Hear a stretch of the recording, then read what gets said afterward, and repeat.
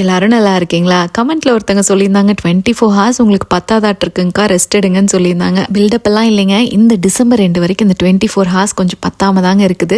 ஏன்னா டிசம்பருக்கு நிறையா க்ரோஷே வேலை இருக்குதுன்னு நான் ஆல்ரெடி உங்ககிட்ட சொல்லியிருக்கேன். முடிச்சுட்டு கண்டிப்பாக எல்லாத்தையும் உங்ககிட்ட காட்டுவேங்க. இந்த பாவக்காய், கீரை இதெல்லாம் ஃப்ரிட்ஜ்குள்ளே இருந்துதாங்க.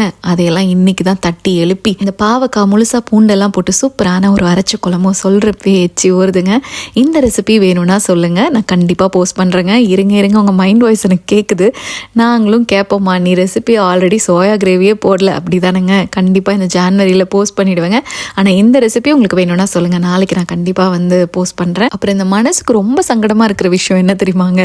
இந்த கோலத்தை அழகாக ரசித்து போட்டுட்டு அதை அழிக்கணும் பாருங்கள். தண்ணியில் சட்டுன்னு ஊற்றி அழிச்சா கூட பரவாயில்லைங்க, இது வேக்யூம் வச்சு இப்படியே மெதுவாக எடுக்கிறப்போ அவ்வளோ கஷ்டமாக இருக்குங்க. ஆனால் என்ன பண்ணுறதுங்க, அடுத்த நாள் ஒரு கோலம் போடலான்னு மைண்டில் ஃபிக்ஸ் ஆயிடுச்சு. ஸோ இன்றைக்கி போட்ட கோலம் இதுதான்.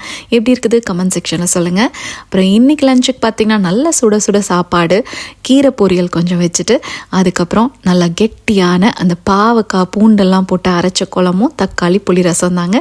வாங்க நல்லா சுட சுட வயிறார சாப்பிட்டுட்டு போகலாங்க. தேங்க்ஸ் ஃபார் வாட்சிங்.